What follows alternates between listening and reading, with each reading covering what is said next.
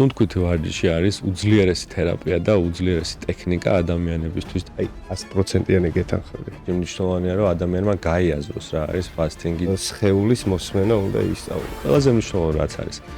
კვლევებით დასტურდება რომ ანელებს დაბერების პროცესი. ერთი 10 წელი გაქვს ქვემოთ წამოსული. რასაც აკეთებს ცივი შხაპი პირველ რიგში არის ის რომ შენ იღებ მომენტალურ შოკს. ძალიან მაგრამ მუშაობს, აი ძალიან. ოქტოპუსმა გააკეთა ის რომ სტანდარტი მომსახურების აწია 2-3 საფეხურით მაღლა.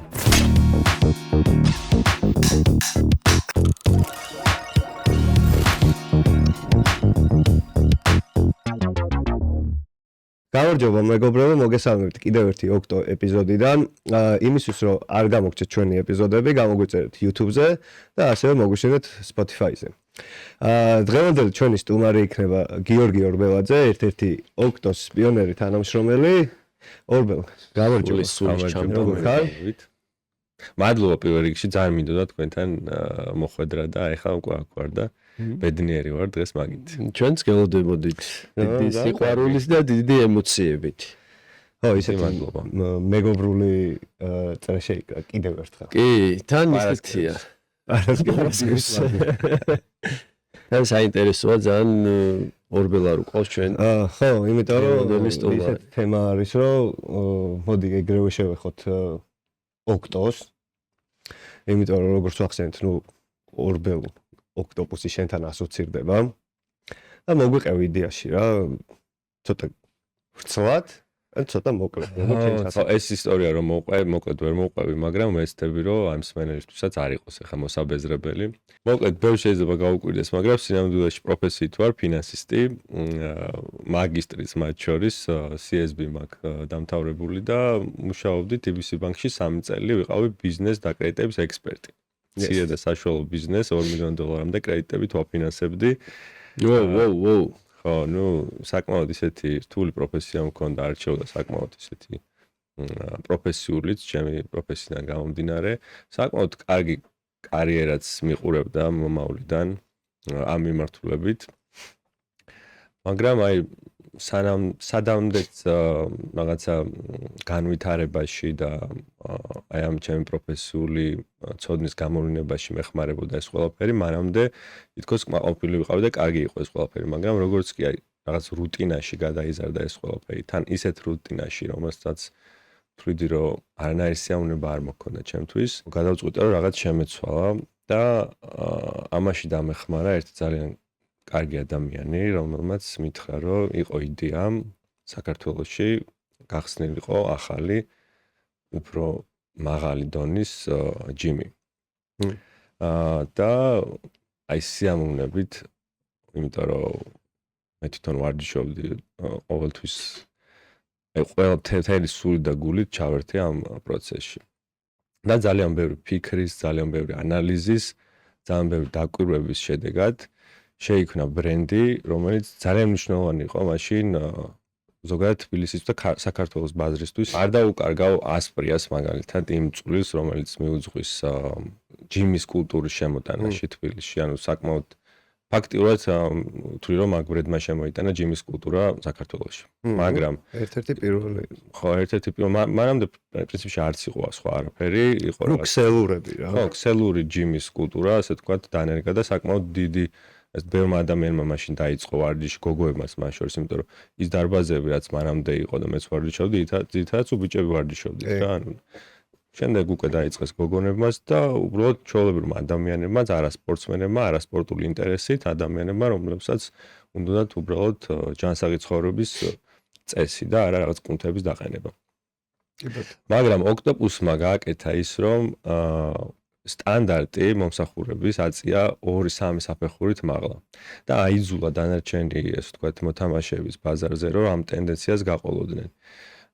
და მივიღეთ ის, რაც გვაქვს დღეს, ანუ სრულიად ქართული, აი ეს ყველაზე მნიშვნელოვანი ოქტოპუსი არის სრულიად ქართული ბრენდი. ანუ როდესაც მუშაობდით ოქტოპუსის შექმნაზე, გავითვალისწინეთ ქართული მოსახლეობის ინტერესები, საჭიროები და კმაყოფილებები და გასაგებია გარკვეული სეგმენტისთვის, მაგრამ აი ამ ბაზრისთვის მოვარგეთ ყველაფერი ისე რომ ყოფილიყო აი ამ სეგმენტზე და ამ ადამიანებზე გათვლილი. და ის კომფორტები, ის ემოციები, რომელსაც ეს ბრენდი უტოვებს, ვთქვათ, მომხმარებელს, არის თავიდან ბოლომდე ქართული. ესაა ძალიან მნიშვნელოვანი და მოკლედ ძალიან დიდი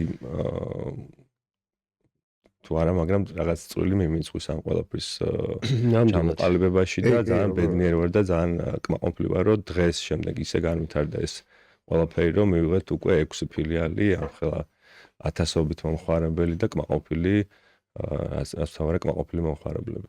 რა თქმა უნდა.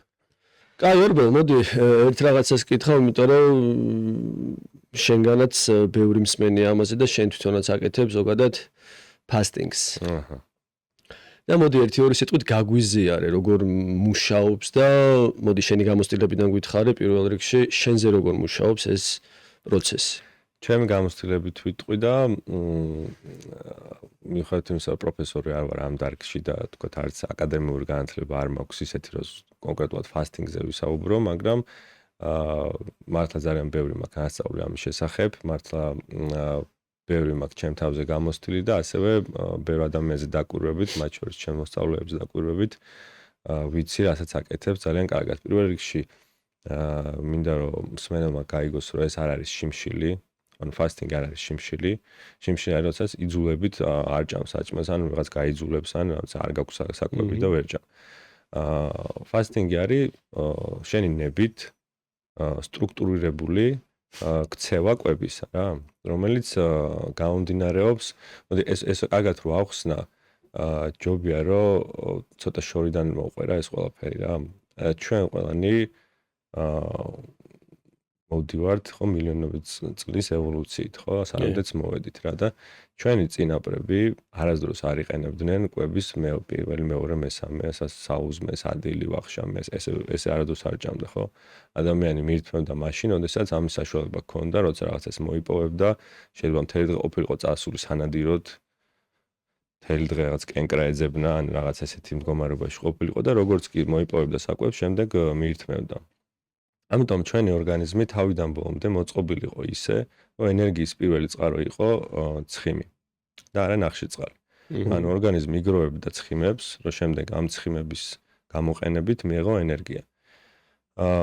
დაახლოებით რო არ შემეშალოს რა, თუ არ ვცდები 10,000 წელს ითვლის ადამიანებში ნახშირწყლების ესე მასობრივი გამოყენება. აი, როდესაც ხორბალი, ასე ვთქვათ, კულტივიზაცია მოახდინა პროდუქტების და ისეთი პროდუქტები მიიღო, სადაც უკვე ბევრი ნახშირწყალი იყო რა, იმიტომ რომ ადრე ტყეში რომ დადიოდა ადამიანი, რაღაც კენკრის ან რაღაცა ისეთი ბოსტნეულის გარდა ვერ იღებდა ისეთ ტიპის ნახშირწყლებს, როგორც ახლა არის ხელმისაწვდომი. შემდეგ ადამიანებმა თავიანთი ინჟინერიის წყალობით მოახერხეს, რომ პროდუქტები, როგორც არის ხილი, როგორც არის ბოსტნეული, როგორც არის ხორბალი, ისეთი ნახშირწყლები შეიცავს ბევრად მეტ შაქრებს, ბევრად უფრო ზომაშიც დიდი არის, ამხელა მარწყვი რაც დღეს არის არასდროს არ არის ეს ბუნებრივი არ იყო და ეს ადამიანის გამოყვანილია ამხელა ჯიშის ვაშლის ხარის ყვეპეს არ მოიპოვებოდა ესე ბუნებაში თავისთავად და შესაბამისად ადამიანები ბევრ ნახშირწყალს ვერ იღებდნენ.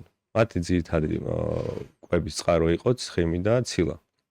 და შემდეგ ამას ინახავდა ორგანიზმი ცხიმების სახით და ამ ცხიმს იყენებდა შემდეგ ენერგიად. აი ზუსტად ფასტინგიც არის დაახლოებით დაკვირვება და ის მეცნიერული გამოკვლევები, რომლებიც მიმდინარეობს ამის შესახებ, ადასტურებს, რომ ადამიანის ქცევაც იყო ის, რასაც ქვია ფასტინგი. ანუ ის იძულებით, მაგრამ ესე იყო მომართული ორგანიზმი ესე მუშაობდა, რომ მას უნდა გამოეყენებინა ცხიმი ენერგიად.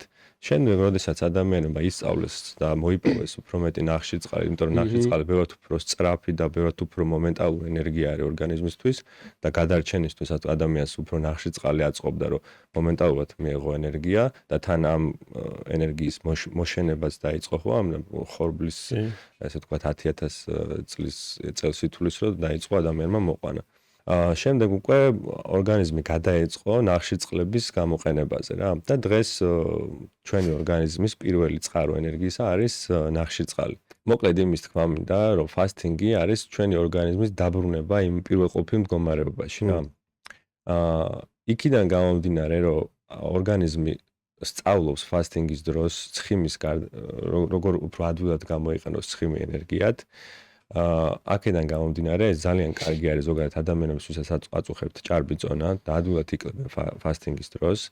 როგორ მუშაობს აი ეგეც გვინდა რომ ვთქვათ, ნახე, ხა მაინც ინდივიდუალურია ყველაფერი და ბევრისგან მეც გამიგია, რომ აი ფასტინგი გავაკეთე, მე რაღაცა ენერგია ეცლება, ცუდად არიან. მე გადადიან რომ უფრო მეც ჭამენ და ამ შემთხვევაში რაღაცა ერევათ რა ეს გრაფიკი რა და. მოდი ამაზეც გვინდა თქვა, რომ როგორ უნდა დაიწყოს ადამიანმა ფასტინგი, იმიტომ რომ ნახე ერთიანად ალბათ შესაძლებელი არ არის რა ეხა.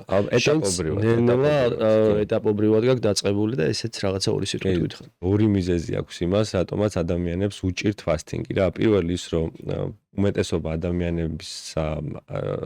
ადამიანების უმეტესობას ინსულინი არ აქვს გზნობიარე, ანუ და შესაბამისად უწევთ უფრო მეტი ინსულინის გამომუშავება, რომ მოერიონ სისხლში დაგროვის შაქრებს და როგორც კი ვთქვათ, ჭარბად გამომუშავდება ინსულინი, შემდეგ იწვევს შაქრის უფრო უეცარ ვარდნებს, ინსულინის სპაიკები ქვია ამას და ადამიანს ეცლება ენერგია, უფრო მეტად შია და მოკლედ თული არის ისეთი ადამიანის, რომელიც ბევრ ნახშირ წყალს არის შეჩვეული, გადაეწყოს ფასტინგზე რა. და მეორე მიზეზი არსებობს რა. მეორე მიზეზი არის ის, რომ ჩვენ როგორც ვიკვებებით, ყველას გვაქვს მოწყობილი ეს თქვათ მიკროფლორა, ანუ საჭმლის მომნელებელი სისტემის. დაახლოებით რომ წარმოვიდგინოთ, ეს არის პატარა ნანორობოტები, ბაქტერიებს გულისხმობ, რომელიც ჩვენს თქვათ საჭმლის მომნელებელი სისტემაში არიან.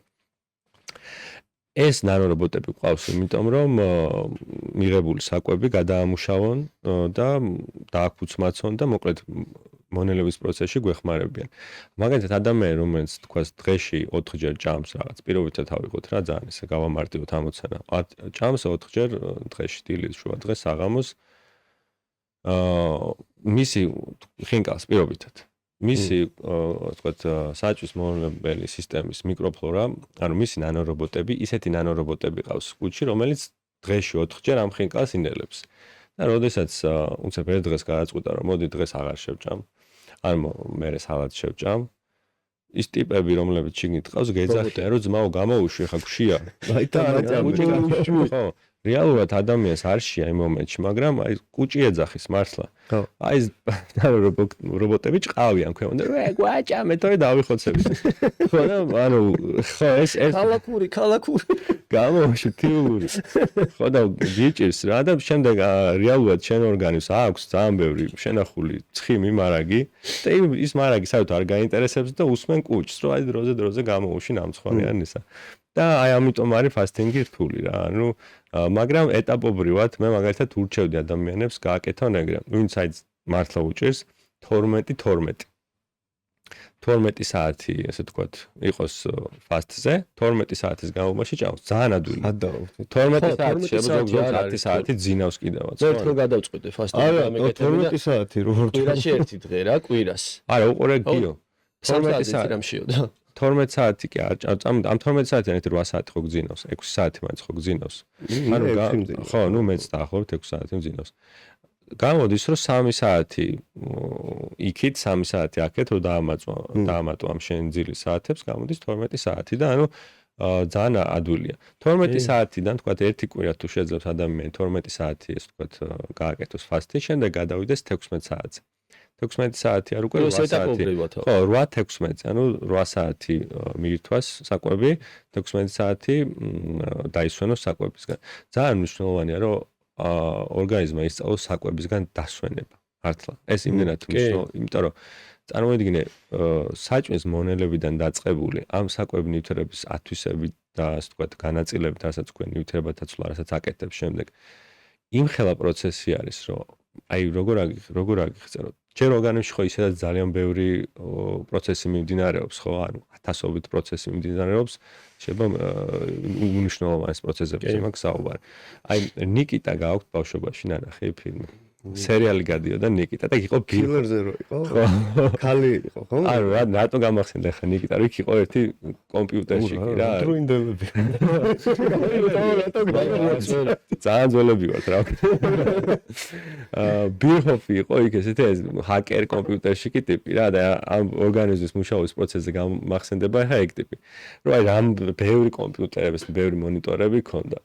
და სულ რაღაცას ჰაკერობდა, ეხმარებოდა ამ ტიპებს მოკლედ რომ რაღაცა ქსელი გაეტეხა იქ რაღაცა და აი ერთი სავარძლით დარბოდა ემასთან რა ქვია, ერთ 5 კომპიუტერთან რა, აქეთ რაღაც საკეთებდა, იქ რაღაც საკეთებდა, იქ რაღაცას აგზავნიდა და შენი ორგანიზმი არის ეგრე დაახლოებით რა. ტიპი დარბის აი 1000 რაღაცას აკეთებს და ამ დროს შენ შემოდიხარ ყოველ 2 საათში, 3 საათში ერთხელ, აი შემოგაქვს აი ამ ხელა დასტა რაღაცა ფაილების და დაუყრი ესე წინა ესეს დამითვალოს და წაიღო. და ტიპი გიყურებს და დამანებე თავი რა ეხა რა ამდენი საქმე მაქვს ეხა და ბოლოს ვერ წაიღებს ეხა ამდენ ფაილს ვერ დათვლის ვერაფერს ვერ გააკეთებს აიღებს და ბოლოს სადღაც შეტენის რა და ესე იქცევა შენი ორგანიზმიც რომ სადღაც უნდა წაიღოს ჩატენოს და ისეთ შენახულ ცხიმებში აგროვებს ამ ყველაფერს საიდანაც მე წლები ჭირდება ამ ყველაფერს რომ გამოვიდეს რა სხვათა შორის მე ერთხელ ვცადე რა ეს ფასტინგი ერთი დღე და მაგრა გამიჭირდა რა სადღაც აი დილის დავიწყე და შუა დღის 4 საათი იყო აი მაგალითად 1-6 საათიც არ იყო გასული რა გაღვიძებით ისე მომშივდა რომ აი მეთქი გავატანინებ სიტყვაზე აი საღამომდე მივალ და მე გადამივლის და რაღაც მომენტში გადამიარა მე ისევ მაგრად მომშივდა და აუი რამდენი ვჭამე იცი და ის მე აღარ გამიკეთებია და სხვათა შორის ზუსტად ეხა წეღანაც ვახსენე ზუსტად იმ პროცესში იყავი რა შაქარს გთხოვდა ორგანიზმი, იმიტომ რომ შაქრის დონე შეგიმცია და ადაპტირებული არ იყავი მაგ ყველაფერთან და ასევე აი შენის ტიპები გეძახი. კი, ჩამოყარე. ხო, არა, მე არ შემილია თო. ნელია, მაგრამ ეტაპობრივად თუ ადამიანი გადავა, იმიტომ რომ იმდენი მაგალითთვისება აქვს ამ ფასტინგს, რომ უჯრედების განახლებას ხო აკეთებს. ცუდი უჯრედების, ასე ვთქვათ, ჭამელი არის, ან თუ სადმე ცუდი უჯრედი გაქვს ჭამს. შენ იმუნურ სისტემას აძლიერებს, იმიტომ რომ არსებობს ეგრეთ წოდებული T-cells, ეგრე ქვია, ანუ ქართულად როგორ არის ლიტერატურაში, არ ვიცი, T უჯრედები, არ ვიცი, T-cells არის ინგლისურად მოკლედ რა. ესენი არის უჯრედები, რომელიც არის შენი იმუნური უჯრედების ჯარისკაცები რა, ტიპები, აი ეს დარბიან რომ რაღაცა ცუდი თუ ხდება შენ ორგანიზმში, ეს არის ვირუსი, ინფექცია, ცუდი უჯრედები, ყველაფერი გაანადგურონ რა და ამას გიმრავლებს ფასტინგი.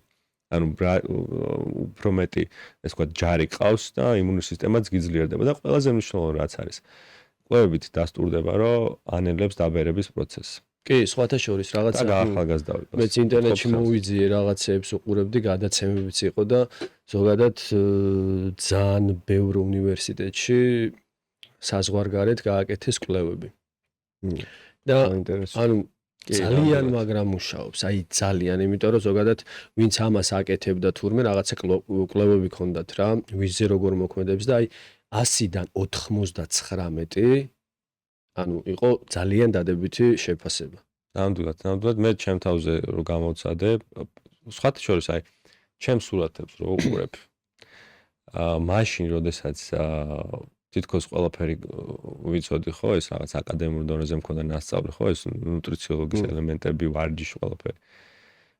მე შემდეგ რადიკალურად შევცვალე ჩემი მიდგომები ხო, აი ამ გადავედი ამ ფასტინგზე, ესეთ ტიპის კვებაზე, აღარ ვაქცევებ სწორ რაციონალურ კვებას იძახა მნიშვნელობას, მაგრამ უკვე ჩემი მეთოდები მაქვს შემუშავებული, ვაკეთებ ფასტებს. უფრო ახალგაზრდული შეხედულება მაქვს ეხლა ვიდრე როგორ პაუზა წელი მე მახსოვს ერთი 10 წელი გაქვს ქვემოთ წამოსული ოღონდ მართლა თავზე იმიტომ რომ სხვა შორის ჩემს მოსწავლეებს ასე ვთქვათ ვისაც ვასწავლე და ვიც ამას აკეთებს ყველას იგივე შედეგი აქვს აი რაღაც ერთი მოსწავლე მყავს მოკლედ 44 წლის არის მამაკაცი არც ეხლა სულ იმაში არ იყო ძალიან ცუდ ფორმაში რომ მოვიდა მაგრამ ნუ ეხლა არის 20 წლის ბიჭებით რა ერთი წელია ჩემთან ვარჯიშობს ამ ფასს აკეთებს სხვა შორის ჩვენ რო ვიცით იმასაც აუცილებლად მაგაზეც მე აუცილებლად იქნება დიალოგი ხო არა ბიჭო არა ჩემს მაგეთებს სხვათა შორის კვირაში ერთი დღე ეგრე ოღონდ აი საერთოდ 24 საათი არაფერს არ ჭამს რა და მაგისგანაც ვიცი რომ აი ძალიან მაგრამ მუშაობს და ზოგადად მაგის რჩევა იყო რომ დაიწყეო შენც, მაგრამ მე კი, მაგრამ ეს როგორ გამომივიდეს? ეს როგორ გამომივიდეს ახლა რომ მსმენელი დავაბინო და უთხრა რომ მოდი ხალხო აღარ ჭამოთ საათები, ეს არ არის სწორი, იმიტომ რომ ყველაფერი უნდა მოხდეს ეტაპობრივად, გააზრებულად. შემდეგ ძალიან დიდი მნიშვნელობა აქვს იმას, რომ მორჩები ფასს ბურგერი არ ჭამო რა, იმიტომ რომ ფასტინგი არ არის მარტო რაღაც საათებს არ შევჭამ და მე რასაც მინდა შევჭამ რა, იმიტომ რომ შეიძლება იმდენად დააზიანო ამ თავს. წახვიდე მე შაურმა ჭამო ფასტინგის მერე უფრო აზიანებ შენ ორგანიზმს ესე რა. ამიტომ თუ ადამიანი სწორად შეისწავლის ამ ყველაფერს და გააზრებულად გააკეთებს, აი ელექსირია სიცოცხლის მართლა. კი. აი ზოგადად ორგანიზმზე მარხვაც რო ავიღოთ. მარხვაც ხო ერთგვარი ესეთი ფასტინგივით გამოდის ადამიანის ორგანიზმისთვის, არა, იმიტომ რომ ბევრ რაღაცებს აღარ იღებ, ხო, უკვე რაღაცა აი რა რითმი ამსგავსებს, გაკ ბურღულეული, ბოსტნეული და მაგ დროსაც ორგანიზმი ცოტა ბევრად უფრო ცოცხლდება რა. იცი როგორ რითმი ამსგავსებდი მარხვას და ფასტინგს, რომ ადამიანი სწავლობს იმას, რომ საკვები არ არის რაღაც ნომერ პირველი რაღაცა აზრი ცხოვრებისა რა. და თურმე საერთოდ მაგალითად მე ფასტინგის დროს იმდენი საქმე მაქვს ერთ დღის განმავლობაში, მაგრამ ფასტინგის დროს დრო მრჩება. იმიტომ რომ აღარ ვფიქრობ რა ვჭამო, აღარ მივდივარ რაღაც ეს ვიყიდო ეს საჭმელი ან მოიმზადო ან სადმე წავიდე საჭმელად, აღარ უწევ ჩემ ორგანიზმს ამ ყველაფერს მონელება. რო დავთვალე მე რამდენი საათი იხარჯება ამ ყველაფერში, რომ დღის განმავლობაში ძალიან ბევრი დრო რჩება და ფასტს ვაკეთებ ხოლმე სხვა შორის იმ დღეებში, როდესაც ძალიან ბევრი საქმე მაქვს. იმიტომ რომ კოგნიტურ ფუნქციებსაც კი აუმჯობესებს რა ჩემთვის. მე ყოველ შემთხვევაში ეგრე დავაკვირდი, რომ ფასტინგის დროს ბევრად უფრო სწრაფად აზროვნებს ჩემი ტვინი რა. და ეს სხვა შორის ტექნიკურად შეიძლება ამის ახსნაც რა. ფასტინგის დროს წეგა როგორც ვისაუბრე, შაქარი არ მეეწოდება ტვინს და ტვინში ირდება შაქარი საცოცხლოდ, მაგრამ სამაგიეროდ კეტონებს შლის, კეტონებს გამოყოფს ჩვენი ღვიძლი და კეტონები არის ბევრად უფრო ძლიერი მამუშავებელი ტვინის ვიდრე შაქრები. ბევრად უფრო მაგრად მუშაობს ჩემი ტვინი მაგ დროს, ახლა რომ მაგ შედარებული ვიდრე ვთქვათ შაქარი რაღაც ნახშირწყალი რომ მივიღო მაგ დროს. ხო, რა თქმა უნდა. მიუხედავად იმისა, რომ მე რაღაცა დიდად არ ვიმხრობი, მაგ ამბავს ძალიან საკაიფოდ ხსნიორ რა. ხო, არა, ორბელა მისი ახსნა, რომ მართლა უნდა მოგაქციოთ. კი. შეიძლება პატარა სექტა ჩამოაყალიბო. კი, რატომაც არა. თან ცოტა ახალგაზრდა გახდები ჯიგარ. 1-10 წელი ჩამოგაგდები. ხო, რაღაცა იქნება. პატარა კიკინა გექნება. ორბელ, ცოტა ისე მარტივად და მოკლედ რომ უთხრა გადმოხსნე რა ჩვენ მსმენელს როგორ გააკეთოს რა ეს ფასტინგის თემა მარტივი გზით. პირველ რიგში უნდა გაიაზროს ზუსტად და ამას ძალიან ბევრი ChatGPT-ის კითხოს, დაგუგლოს და პროცესები გაიაროს, ანუ რა ხდება ფასის დროს. ეს ყველაფერი კარგად აქვს გააზრებული, შემდეგ დაიწყოს მე ესე ურჩევდი, ვისაც აქამდე არ გაუკეთებია 12-12-ით. ანუ დაიწყოს 12 საათი ფასტი და 12 საათის განმავლობაში მირთვას. ძალიან ადვილია, იმიტომ რომ რაღაც 8 საათი შეიძლება ძინავს ამ 12 საათიდან ხო ხდები და ეს ძილის პერიოდში ისაც არ ჭამ ხო საჭმელს. 12-12-დან დაახლოებით 1 კვირის შემდეგ ან 10 დღის შემდეგ, როგორც კი ის მიხვდება, რომ ეს შეუძლია, გადავიდეს 16-8 ფასტზე. ანუ 16 საათის განმავლობაში იყოს საკვების გარეშე, 8 საათი მირთვას საკვები. და ყველას ურჩევდი, რომ დაახლოებით წელიწადში ორჯერ თუ შეძლებენ და თუ შენ ამ 16 ან 18 საათიან ფასტინგებს აკეთებ, უკვე შენ ორგანიზმი უკვე მიჩვეული ამ ყველაფერს, გააკეთონ დიდ რამოდენიმე დღიანი ფასტი. რამდენსაც მათი ორგანიზმი და რამდენსაც გაქაჩავს რა, ესე უხეშად ვიტყვი, იმიტომ რომ რაღაცა პერიოდის შემდეგ, აი 2 დღის შემდეგ უკვე გიადვილდება ეს ფასტინგი, იმიტომ რომ როგორც წეგან ვისაუბრე, ორგანიზმი უკვე ცხიმის ენერგიაზე აღარ არის შენთვის იმდენად რთული ეს შიმშილი, მაგრამ აი სადღაც არ ვიცი მე 3 დღის შემდეგ, 4 დღის შემდეგ, 5 დღის შემდეგ გააჩნია ხო ეს ადამიანზე და ორგანიზმზე დამოკიდებული. სხეული გიკანახებს რა, მოდი უკვე საკმარისია და მივირთვათ რა. აი წელიწადში ორჯერ რო გააკეთოს ადამიანმა ესეთი გადატვირთვა სასწავლო შედეგები ექნება ნამდვილად რა. თუმცა პირდაპირ ამის გაკეთება არ ურჩევდი რა, იმიტომ რომ უნდა დაიწყონ ეტაპობრივად აი რამოდენიმე საათიანი ფასტები და შემდეგ უკვე რაღაცა პერიოდის შემდეგ მათი ორგანიზმი ეტყვის, რომ აი ხა უკვე შემიძლია ამ ყველაფრის გაკეთება და გააკეთოს 3 დღიანი, 4 დღიანი, რამდენსაც შეძლებს. განახლება სრულად მისი ორგანიზმის უჯრედების, ძალიან ბევრი ცუდი რაღაც შეიძლება მოიშოროს. კი. ანთებითი პროცესები, მე მაგალითად ფასტინგით ვებრძვი ხოლმე ვირუსსაც. ან როდესაც ხვდები, რომ გაცილებული ვარ, საკვებს აღარ ვჭამ და ვირუსის თავარი საკვები არის, საკვები, რასაც შენ ჭამ. ვირუს აღარ მიეწოდება არანაირი საკვები და იძულებულია შენი ტეუჯრედები T-cells უფრო ძლიერდება და ყლაპავენ მოკლედ ძალიან ადვილად. მოკლედ ძალიან მაგარია. ხო, ეს არის რაც შემიძლია.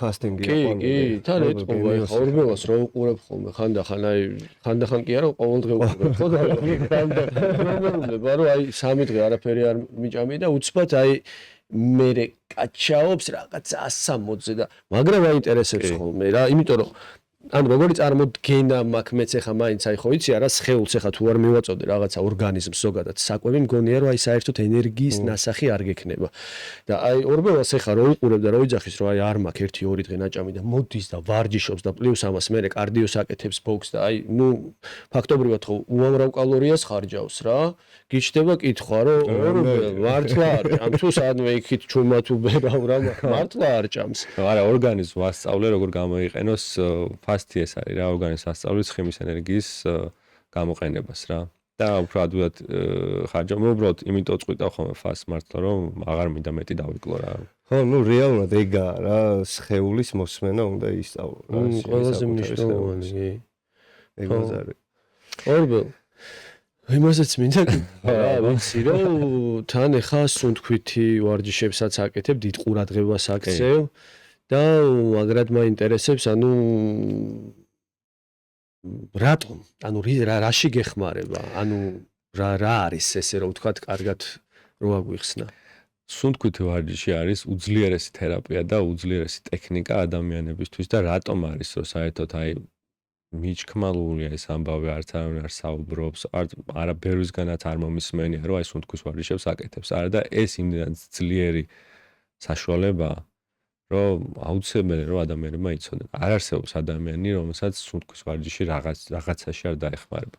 აი ვერ მეტყვის ვარ. შეიძლება ფასტი არ უნდადეს ან არ მოუხდეს ადამიანს, შეიძლება რაღაც კონკრეტული ტექნიკა არ მოუხდეს, მაგრამ სუნთქვის ვარჯიში მოუხდება ყველას. ჰოლოტროპული სუნთქვები რო არა, ჰოლოტროპული სუნთქვა სხვა არის, მე უბრალოდ არსებობს. ხო, არის რა რაღაცა ვიდეოები იდება ხო. ორბელ აი ხო უცბად აი აქედან რომ ჰაერში აიდება. სუნთქვის ვარჯიშები, ბევრი სუნთქვის ტექნიკა არსებობს რა, მაგრამ მე მაქვს ჩემი და შემიძლია ეს გავაზიარო რა. ეს არის 10 ჩასუნთქვა 30 აი ესე ვიტყვი რა. კარგად რო გაიგოს მსმენელმა. 10 ღრმად ბოლომდე ფილტვების გავსებით ჩასუნთქვა და 7 ამოსუნთქვა. ამას დილით აკეთებ თუ დილითაც კარგი არის ეს ახალგაზრდებულზე, იმიტომ რომ ახალგაზრდებულზე ძალიან ბევრი კარბონი გაქვს ორგანიზმში და შენ ჟანგბად იტენები და ღვინის ფუნქცია ეგრევე გამოღვიძებული ხარ ამას რო აკეთებ და ძილის წინ გეხმარება ადვილად ჩაძინებაში და ასევე აღდგენაში. აი წარმოიდგინე 10 ჩასუნთქვა 10 ჯერ გააკეთებ ამას და მე-10 ჩასუნთქვაზე 30 წამი გააჩერე სუნთქვა. მე და შენ ვერ გავაკეთე. გამოუშვა. ეს ხო, ჩვენ სანამ ოპერაციას არ გავიგეთებთ. მაგრამ არ გიცი რა კარგად. არა, ნუ ეს არა, გუშა პირითაც შეგიძლია გააკეთო რა. მარტო თქვით ჯობია ხა. პირით არის. პირით შეგიძლია, ხო. ხო და ტექნიკა ბოლომდე რომ მოყვე რა, მოკეთ 10 ჩასუნთქვა, 10 ჩასუნთქვის შემდეგ 30 წამიანი შეკავება, შემდეგ შვიდად დაცლა, ეს არის 1 წრე და ეს უნდა გაიმეორო 3 ჯერ. აი 3 ჯერ რამდენი წუთი უნდა სულ დაჭირდება, ვიცი, 3 წუთი. 3 წრე რო გააკეთო, ანუ ადამიანმა დილით რო დაუთმოს ამას 3 წუთი, იმხელა შედეგებს მიცემს, იმდენად გამომხიზლებული, იმდენად ენერგიული, იმდენად სხვანაირი განწყობილი. ანუ ტვინს ჟანგბადს აწვდი ხო? კი, ანუ აი მე სულ პასუხისმგებლობით ვიზახი, რომ ეს გააკეთეთ ადამიანებო და თქვენი ცხოვრება შეიცვლება. მართლა. ორბე გიორგი აი ამ პატარა ეს ყველაფერი უნდა უთხრა ამას თან რომ დააწებინო ცივი შხაპი ხო აი და მივალთ კი ხო დავიწყე მაგრამ კომფორტი მირჩევნია რა აი ნახე სადმედის მაინც ადამიანი მიდის მაგრამ მე მაქვს ჩემი თეორია რა რომ ჩვენ არ ვართ მოწყობილი ადამიანის ორგანიზმი მოწყობილი როგორ თქვა ინგლისურად ძალიან კაი სიტყვა რა designed ანუ ჩვენ არ ვართ შექმნილები მოწყობილები იმისთვის რომ ვიყოთ კომფორტში არ ვართ არაფრის არანაირად არ ვართ ის განმავლობაში ხო გაქვს საკამარისი ისეთი მომენტები რა რაც მაგალითად დისკომფორტს გიქმნის რაღაცა სტრესი იღებ და იყოს რა ცხელი დუში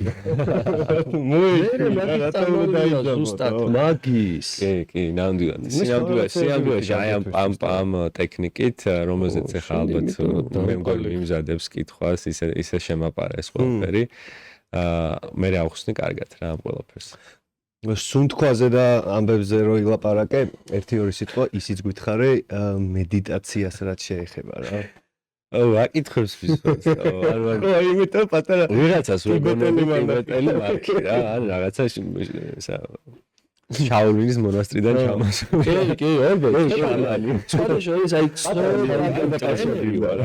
ხო ხდება სპორტსმენი ვარ ტრენერი ვარ რაღაც ვარჯიშიც რომ პარა კაი ბატონო არა მაგაზე გებაზრე ორბე ყველაზე მნიშვნელოვანი მთავარი კიდე მან იცი რა არის რომ მრავალფეროვანი ტრენერი ხარ ყველა მედიტაცია ის ხო მედიტაციაზე ხარ რომ ვისაუბრო ცოტა ისეთი ამბავი გამომივა რატო მეუხერხულა იმიტომ რომ მედიტაციის ახლა ის არ ვარ რაღაცა გურუ რომელიც რაღაც ახსნის რა არის მედიტაცია მაგრამ ზუსტად შემიძლია ვთქვა რა არ არის მედიტაცია რა მედიტაცია არ არის აზრების გაჩერება მედიტაცია არ არის გონების გათიშვა და რაც ყველაზე მნიშვნელოვანია მედიტაცია არ არის რაღაც რელიგიური რიტუალი მედიტაცია არის შენი გონების მოსვენება ანუ ჩემთვის მედიტაცია არის მდგომარეობა რადგანაც აზრებს კი არ ვაჩერებ უბრალოდ გავდივარ ამ აზრებისგან ამ ყოველდღიური საფიქრალებისგან, წარსულიდან, მომავლიდან ვარ აქ და ახლა და ყველაფერს ვაკვირდები როგორც ცნობიერება.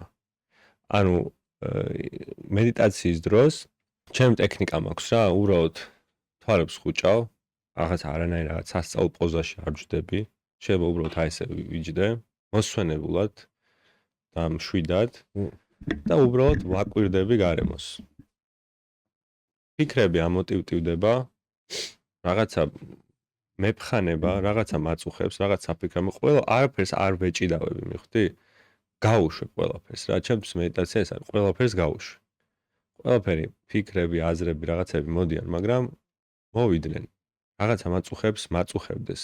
თითქოს დამკრუებელი ხვდები რა. და იგუები. კი არა, ხო, რაღაცა და სხვათა შორის მედიტაცია დამეხმარა ყველაზე მეტად სტრესის კონტროლში. და ერთი ძალიან აი მედიტაციას ვაკეთებდი მაგ პერიოდში, არ ყოველ პერიოდები მაქვს, როცა ვაკეთებ, პერიოდები მაქვს, როცა არ ვაკეთებ რა. იმ პერიოდში ვაკეთებდი მედიტაციას, ვისვენებდი გონიოში და წყლიდან ამოსვლისას ფეხით მივარტყი იმას, რა ქვია, ქვას. გამისივდა ეს თითი რა ფეხის. მაგრამ მეორე დღეს მივფრინავდი საბერძნეთში და არ მქონდა ხა ეს რაღაცა შემეხვიან რაღაცა და გავფრინდი საბერძნეთში რა. ორი კვირა ვიყავ საბერძნეთში, ვისვენებდი, ანუ მოძრაობდი ფეხით ბევრს რაღაც. ეს ფეხი გასიებული მქონდა ისე რომ ვერც ჩუსტით დავდიოდი რა. და ხა ნუ პლაჟზე და ისეთ ადგილებში ვიყავ ძირითადად, მაგრამ აი იმას ვერ ვიცნობდი რა, ბოტას ვერ ვიცნობდი. რო ჩამოვედი ეს ტკივილმა რო არ გაიარა, მივედი ექიმთან. გადამიღეს და მოტეხილი მქონდა ისე რომ აცილებული იყო ძვალი რა. და აცილებულად შეხორცებული იყო უკვე, იმიტომ რომ ორი კვირა გავიდა. და მითხრესო თუ გინდა დავშლითო და ამით აი იყოს როგორც შეხორცდა, მაგრამ ამით ისე თქმა მინდა რომ იმდენად ვისწავლე კონტროლი ტკივილისას თუნდაც. ეს ტკივილი იყო, მაგრამ ყურადღებას არ ვაქცევდი, ხვდები? ხშირად არის ხო რაღაც ვინ ვართ ისე რომ რაღაც პრობლემები არ გვაქვს, ვინ ვართ ისე რომ რაღაც არ გვაწუხებს რა. მაგრამ მედიტაცია გვასწავლის რომ არ ჩავებღაუჭოთ ამ რაღაცებს რა. და მივიღოთ რაღაცები როგორც მოცემულობა, არ მივცეთ საშუალება რომ აკონტროლოს ამ ყველაფერმა ჩვენი ფიქრები, ჩვენი გადაწყვეტილებები და ვაკეთოთ ჩვენ ის რეალურად რაც გვინდა, გავთავისუფლეთ რა. ჩემთვის ეს მედიტაციური მდგომარეობა ეს არის რა, აქ და ახლა დაბრუნება და გათავისუფლება. გასაგებია? ბიჭო, ეს კიდე იძახის, რომ პროსტა ტრენერი ვარო. ორბელ. აი მე დიდი სიამოვნებით დავესწრებოდი შენ ლექციებს, შენ რომ მიყავდეს სადმე ძმაო, იმიტომ რომ მართლა ბევრი რაღაცის უნარი გაქვს რა. ოღონდ ეს ყველაფერი, ну, რა თქმა უნდა, არის ბევრი მუშაობის ხარჯზე და ბევრი გამოცდილების ხარჯზე და მაგრა ასწორებს რა. ესეთ რაღაცებს რომ გვიზიარებ ჩვენს. დიდი მადლობა და დარწმუნებული ვარ, თუნდაც ერთმა ადამიანმა, ჩვენ მაყურებელმა რომ ეს რაღაცები აითვისოს, ეგეც დიდი შედეგი იქნება. ეხლა მოდის ერთი მაგარი კითხვა, რომელიც აი მარტო მე და შენ გვეხება, იმიტომ რომ აი ეს მინდა რომ დავაწყებინოთ, მაგრამ აი ვერ მოვიდა რა მაგის დრო, რა ცივშხაბზე ვიდა, ეხლა მე და შენ ვილაპარაკოთ, იმიტომ რომ მე და შენ თითქმის უკვე წლებია ყოველდღე ზამთარია, ზაფხულია, ყოველთვის ცივი შხაპით ვიწყებთ დილას. და მინდა რომ ესეც აი მაგ იმაში შემოვიყვანოთ. მე დავიწყე ზამთარში. შენ მახსოვს რომ დაიწყე. 1-2 კვირა აკეთებდი და მე დავანებე. და მე დაანებე თავი. ხო და შევცივდა. ორბელ. მოდი აიცი რაზე ვილაპარაკოთ ახლა და შენ გაიცი ამას პასუხი. ცხელი შხაპი როგორ მოქმედებს ადამიანის ორგანიზმზე და ცივი შხაპი როგორ მოქმედებს ადამიანის ორგანიზმზე. მოდი ესე ვიტყვი რა. წეგან ვიძახთი და აქ განვავრცობ ამ ყველაფერს. ჩვენი სხეულები, ადამიანები, რო ჩამოვიბადეთ ამ სამყაროში, პირდაპირ ჩამოვიბადეთ სამყაროში, სადაც სულ რაღაც სტრესის გაძლება გვიწევს. ეს იქნება მენტალური, ფსიქოლოგიური თუ ფიზიკური. როგორც კი ადამიანი კომფორტში ექცევა, მაშინვე ის სუსტდება. ანუ თუ არ ფიქრობ, არ აზროვნებ რაღაცა მენტალური საფიქრალი არ გაქვს ხო, არ კითხულობ, შენი გონება, შენი ტვინი სუსტდება. როგორც კი შენ არაფერს არ აკეთებ, არ მოძრაობ, არ წევ, არ გარბი ხარ, შენი სხეული სუსტდება. ესეა რა უნდა მივიღოთ როგორც მოცემულობა. ამიტომ ყველაფერი რაც არის მიმართული კომფორტისკენ, ეგ გასუსტებს, ყველაფერი რომელიც რთულია და გადალახვა გიწევს, გაძლიერებს, ხო იცი? ძალიან კარგი სიტყვა, რაც არ გკლავს, გაძლიერებს, ხო იცი? ძალიან კარგი ის არის. აი ცხელი და ცივი შხაპის ეს თქვა შედარება ჩვენთვის არის იგივე რა. ცხელი შხაპი კომფორტს გვიქმნის, გვადუნებს, შეიძლება რაღაც დასარელაქსებლად რაღაც ზოგჯერ მოდუნებას გვჭირდება, ხო, კარგია. მაგრამ გრძელვადი ამ პერსპექტივაში, რასაც აკეთებს ცივი შხაპი, წეგან ვიძახთი, რომ სუნთქვის ვარჯიშები როგორ აერთის ადამიანს. ესეც ერთ-ერთი აი სიცოცხლის ელექსირი ტექნიკაა რა. შხაპზე არა მარტო საუბარი რა. თუნდაც ცივი აბაზანა, ცივ წყალთან ურთიერთობა რა. და მუშაობს აი ფანტასტიკურად რა. რასაც აკეთებს ცივი შხაპი პირველ რიგში არის ის, რომ შენ იღებ მომენტალურ შოკს. ორგანიზმი. შენი სხეული იღებს მომენტალურ შოკს და მომენტალურ შოკის გასამკლავებლად ორგანიზმი ძლიერდება და ძლიერდება მრავალხრივი მიმართულებით. გამომუშავდება ბევრი უჯრედი, რომელიც იმუნურ სისტემას გიძლიერებს, აი თისელებზე რომ მქონდა საუბარი. ცხიმს წავს, როგორც არ უნდა გაუკვირდეს ადამიანებს. ცხიმის, იმიტომ რომ რა ხდება მაგ დროს. ცხიმოვანი უჯრედები, ჩვენ ვიცით რომ ცხიმი თეთრი უჯრედებია, ხო? გვინახავს ალბათ, ხო, რაღაც. თეთრი მოყვითალო ფერის უჯრედებია. არსებობს ყავისფერი უჯრედები, ყავისფერი ცხიმია. შეიძლება ქართულად რაღაც ინგლისურად მაქვს ხოლმე ეგეთ რაღაცები დაკითხული და ხო brown fat ესე ქვია რა და ყავისფერი ცხიმი არის რატო არის ყავისფერი შეფერილობის ბევრი მიტოქონდრია აქვს ამ უჯრედებს. ამ მიტოქონდრია არის აი ღუმელი კი არა როგორ თქვა მოტორი არის უჯრედისა, სადაც ხდება ენერგიის წარმოქმნა. და შენი ორგანიზმი ამ უჯრედებს იყენებს, რომ დაწვას, რაც შეიძლება სწრაფად ცხიმი და ეს გაძლევს მომენტალურ ენერგიას. იმიტომ რომ ამ სიცივეს გაუმკლავდე რა, უნდა გათმევდე ხო და ამ სიცივეს რო ორგანიზმი გაუმკლავდეს, როცა ცივ აბაზანაში წევ ხარ, ან ცივი შხაპის ქვეშ გახარ, წვავს ძალიან ბევრ ენერგიას და ცხიმი იწვება. ეს იმიტომ რომ გათმე. როგორც კი გამოდიხარ ცივი შხაპიდან, შენი ორგანიზმი წვავს ცხიმებს, რომ გათბე, პლუს ხდება ის, რომ აი ყველა სიზარღვე, ესე თქვა, შევიწროებულია, იმიტომ რომ გაუძლოს ამ აი დაახლოებით აი ესეთ ჩეკმუშას აკეთებს ყველა სიზარღვე, რომ სიცივე არ გაატაროს გულის მიმართულებით. და აი როგორც კუნთი მუშაობს, ხო, იჭიმება, ისე მუშაობს სიზარღვებიც რა და ეს არის შენი გულსიზარღვთა სისტემის სავარჯიშოც რა და არ არსებობს ადამიანი ცივ წყალთან ქონდეს ურთიერთობა ცივშხავს აკეთებდეს ან ცივ აბაზანებს და მას რაიმე პრობლემა შეექმნა სიზარღვებთან ან ისეთ აღარ ჩამოვთვლი ხო რა შემოყვეს ხო სუსტ სიზარღვებს ასევე როდესაც გამოდიხარ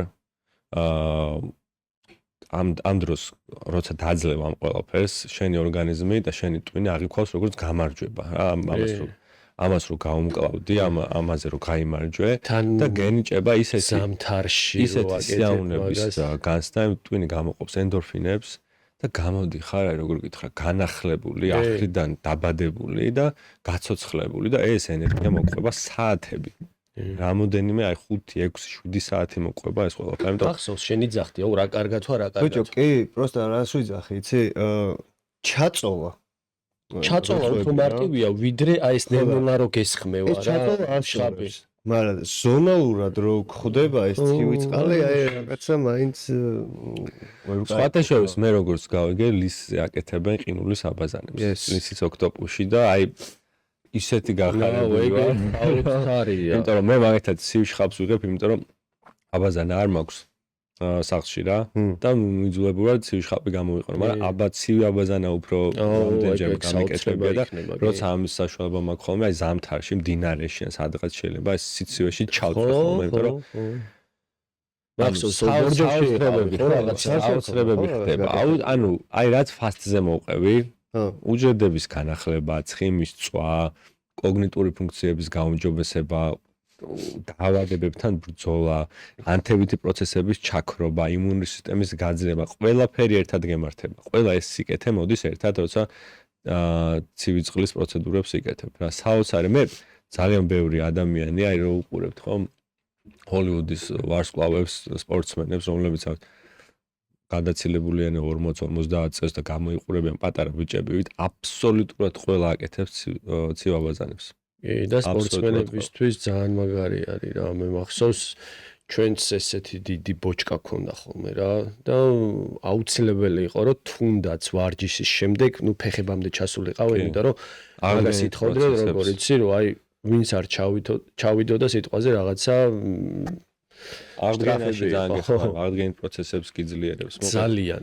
სხვა ადამიანი ვარ ეხა მე, როდესაც ვაკეთებ სუნთქვებს, როცა ვაკეთებ ფასტებს და როცა ვაკეთებ, ანუ მგონია, რომ ჩემი თავი ხო მახსოვს როგორი ვიყავი 20 წლის, 25 წლის ხო?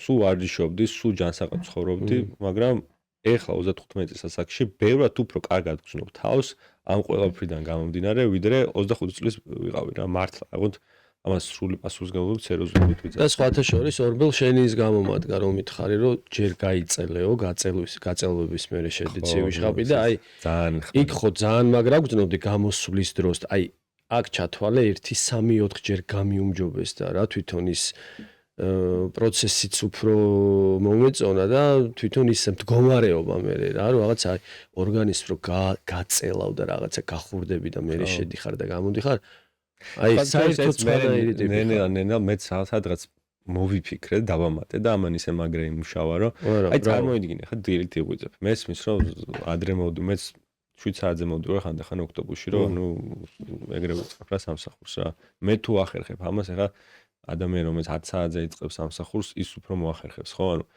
წარმოიდგინე დილით იღვიძებ 3 წუთი გჭირდება რომ სუნთქვის ვარჯიში გააკეთო 3 წუთი გჭირდება რომ 5 წუთი თავის შესვლა გამოსვლა და გამშვალებინათ რომ ცივი შხაპი მიიღო და 10 წუთი 10 წუთს კარგავ და შენ დღე იცვლება შენი ცხოვრება იცვლება და ძალიან მაგარი ტექნიკა ხალხო ვინც მისმენთ მოიძიეთ ამაზე შეიძლება პოდკასტში სრულად ვერ ვისაუბრო და ვერ გადმოვცე ხედე ისე ყველაფერი მაგრამ დაგუგლეთ ChatGPT-ს კითხეთ დაიწყეთ საოცარ შედეგები გექნებათ და დაიწყოს გიორგი მას. მოიჭველი უნდა დაგაწყოთ. ხო, მე ყველაზე დიდი პრობლემა რეალურად მაგის რაც მაქვს, დროის მომენტი არის რა. კაი, ნუ ეს მედიტაცია, ცივი და ტიბეტი გავიგეთ, მაგრამ 1-2 სიტყვა ჩვენ პროფესიაზე გვიხარით, ხო? შენი გამოცდილება მოგვიყევი რა. მე მახსოვს შენი გამოჩენა, საკაიფოდ მახსოვს სხვათა შორის. ერთ-ერთ დარბაზში მოხვედი, უკვე ჩემპიონატს უახლოვდებოდით, თქო, მაგას გეუბნები სუ პირველ ჩემპიონატს. საბათ 2016 წელს და ორბელა მაშინ ისეთ ხოძე იყო, რომ პატარა სენსაცია მოახერხა. არა, მეც მახსოვს ორბელა რას ლაპარაკობ. ძალიან ადრე გეუბნები, არ გემახსოვრება შენ. 2016 წელს? 15 დაჟე. კაცო, როგორ არ მახსოვს? 16 წელს გამოვედი პირველად შეჯიბზე. მახსოვს, როგორ, იმიტომ რომ 2016 წელს როგორც კი გაიხსნა ოქტოპუსი, მე დავიწყე ვარჯიში. კი, ოქტოპუსი რო გავხსენით, ერთ კვირაში იყო შეჯიბრი. კი, მან დავდიოდი და ორბელას რო შევხედეთ და უცბად კინგ-კონგის ზურგით გამოვიდა.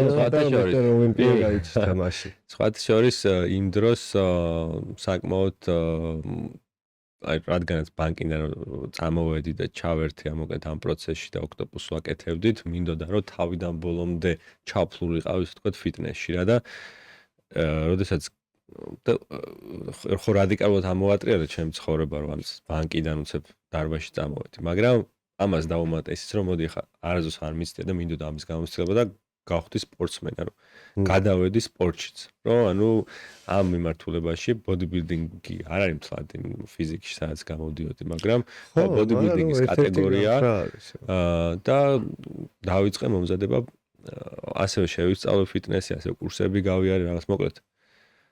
დღეს ჩემთვის ვარჯიში ბევრად უფრო განსხვავებულია, ბევრად უფრო სხვანაირად ვარ. მიუხედავად იმისა, რომ აი რაც ნასწავლი მქონდა და რაც აი ეს აკადემიურ დონეზე მქონდა გავლილი, სრულად ამოვაყირავე ისევ რა. იმიტომ რომ ისევ აი როდესაც ფაზზე ვსაუბრობდი, წავედი ჩვენ სხეულის ევოლუციაზე, ხო? და ჩვენ წინაპრებზე და ჩვენ რაღაც პირველყოფილ ადამიანებამდე წავედი. ზუსტად ვარჯიშიც არის ესეთი ამბავი ჩემთვის რა. ადამიანებმა უნდა იცოდნენ, რომ ვარჯიში არ არის დამატებითი რამ, რასაც ის თავის თავს უკეთებენ რა. ევოლუციურად ჩვენი ორგანიზმი სულ რაღაცა ფიზიკურ აქტივობაში იყო. ან ცხოველს მივსდებდით, ან რაღაც მოგზდებდა, ან უნდა გვეომა, ან რაღაცა ლოდები უნდა გვეთრია, ან მოკლედ სულ აქტიურობაში დაახლოებით ეს მეცნიერ კვლევებზეა დაფუძნებული, დაახლოებით 7-8000 კალორიას მოიხმარდა ადამიანი დღის განმავლობაში. ანუ იმიტომ რომ სულ მოძრაობაში, სულ რაღაცას აკეთებდა. ტექნოლოგიურმა განვითარებამ ერთი საუკუნეც არ გასულა, ხო? ტექნოლოგიურმა განვითარებამ გამოიწვია ის, რომ დავსხედით, მოდუნდით, აღარ გვიწევს არაფრის კეთება და ჩვენს რაც ჭირდება მოკლედ ჩვენს ხელს არსებობისთვის, ანუ ეს ფიზიკური აქტივობა მოგვაყდა. ამიტომ ადამიანებმა უნდა იცოდნენ, რომ ეს არის დამატებითი რამ, ეს არის რასაც ჩვენი ორგანიზმი აკეთებდა მილიონობით წელი და ვარჯიში ჩემთვის არის იმ ძველი ფიზიკური აქტივობების იმიტაცია დარბაზში. ხო, ბაზარია. ამიტომ ჩემთვის დაყოფილია სამ ნაწილად ვარჯიშები. ეს არის კარდიო ვარჯიშები, ეს არის ძალისმიერი ვარჯიშები და ეს არის გაწელვითი ვარჯიშები. თვითონ ძალისმიერი ვარჯიშებიც იყოფა ჩემთვის სამ კატეგორიად. ეს არის წამოდგომითი ვარჯიშები, არის თქვა ჩაჯდომი, თქვა ასე შემდეგ. არის მიწოლითი ვარჯიშები და არის მომზიდველი ვარჯიშები. მარტო აი ამას ვარჯიშობ, კარდიოზე არ ვიყენებ, მარტო ამას ვარჯიშობ, რაც გულისხმობს, იზოლირებულ ვარჯიშებს არ ვაკეთებ რა. ანუ ჩემთვის არის ვარჯიში, განტელი, შტანგა, უფრო ესეთი საბაზისო ვარჯიშები, რომელიც მართლა გავს იმ მოძრაობებს, რასაც ჩვენი წინაპრები აკეთებდნენ. მიხვდი? ანუ გინახავს, რომ ჩვენი სადმე ოდესმე ადამიანს ჭირდება ესეთი მოძრაობა. რობოტულად იზოლირებულია. ხო, ანუ არა. ეს არ არის ჩვენი ბუნებრივი მოძრაობა. ამიტომ ჩემი ვარჯიშების თუ დაკურებული ხარ, ხო, რასაც ვაკეთებ, რაც ძალიან მესმის, რომ შეიძლება ტრაუმული იყოს, მაგრამ ვაკეთებ უფრო მოქნილად, უფრო რაღაცა ესეთი როგორ რა დავარქვა, არ ვიცი, power training მევასება, ესე რომ ხო, არ ვაკეთებ რაღაცა ესე სულ იდეალური ტექნიკით ჩავიდე ნელა, ამოვიდე, ანუ იმიტომ რომ ხვდები, რომ ბევრად უფრო მაძლიერებს, როცა უფრო ასე ცხოველივით და რაღაც ისე ვარჯიშობ რა. რაც შეეხება კარდიო ვარჯიშებს. კარდიო ვარჯიშებს ეხლა ვინც გამლანძღონ, არ ვიცი, მაგრამ ერთ-ერთ გადაცემაში ვთქვი, რომ ძუნძული არ არის კარგი ვარჯიში ადამიანებს. ჩვეულებრივ ადამიანებზე საუბარი, იმიტომ ხარ. მაგალითად შემოგვიტიეს მაგრამ. ხო, აუ ისეთი ჰეითი მივიღე, რომ მაგრამ მე რაც ვიცი, ჩემი ამას სიმართლე და სინათლით ვაზიარებ. და როგორც უნდა ისე გაიგოს, ვისაც როგორც უნდა ისე გაიგოს. გინახავთ ან გაგიგიათ რომ ადამიანი ოდესმე დაძუნძულებდა? აი ჭირდებოდა რამეში. ან გარბოდა სწრაფად, ან დადიოდა რა, ან შორმანძიზე გადაადგილდებოდა, ან სწრაფად რაღაც მოკლე მონაკვეთზე უნდა გაქცეულიყო. ეს არის ჩვენი ბუნებრივი მდგომარეობები. ძუნძული მე სპორტსმენი შევასინტო სპორტული ინტერესი მქონდეს და დავძუნძულებდე რა. და მეც ვძუნძულებ ხოლმე, იმიტომ რომ რაღაც კონკრეტულ შედეგებს ჭირდება რა, ფეხბურთელს ჭირდება იქ. შეიძლება ვინ ჩხუბობს იმას ჭირდება, ან რაღაც კონკრეტული სპორტული მიზანი შეიძლება ქონდეს ძუნძულს რა, ან კროსები ვაკეთო. მაგრამ ადამიანი რომელსაც უნდა უბრალოდ მოვიდეს და დაიკლოს, ხო? მისთვის ძუნძული არ არის კარგი. და ჯერ იმიტომ რომ არსებობს პულსაციის ფაზები. ეხლა ამას ახსნი, რატომ არის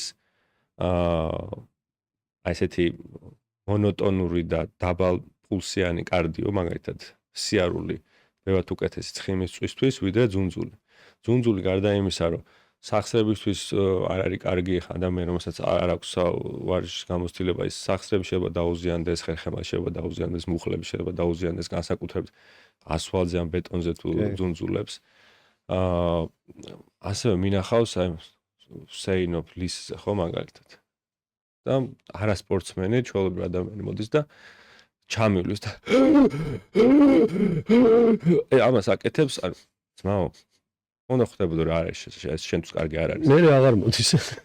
ანუ აი ვიცი ხო და ანუ ეს გაწევები ეს და იწებენ სირბილს. ხო და რას გულისხმობ? ჯობია რომ აკეთო ისე კარდიო, როცა შენ თუ გინდა რომ ცხიმი დაძვა, რომ შენი პულსი არ მოექცეს ძალიან მაღალ ფაზაში რა. და რატო ხდება ესე?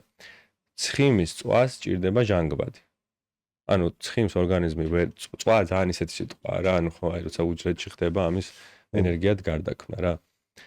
ჭირდება ჟანგბადი. როდესაც შენ მაღალ ინტენსიურად ძუნძულებ, ანუ ეს სირბილს აკეთებ და პულს აგდის და ვერ სუნთქავ, ანუ ჟანგბადის ნაკლებობა გაქვს. და ამიტომ ორგანიზმს ურჩევნია შაქარი, კუნთი, ყველაფერი გაგინადგუროს, მოდი ვერ ახერხებს ცხიმის დაწვას რა. და როდესაც შენ აი ეს სტიდი, ანუ მონოტონური უფრო მშვიდი კარდიო გაქვს, მაგალითად ფეხით სწრაფად დადიხარ, შენი გულის პულსი ექცევა დაახლოებით შენი მაქსიმალური პულსის 60 და 70%-მდე დაახლოებით 120-130-მდე რო გაქვს პულსი.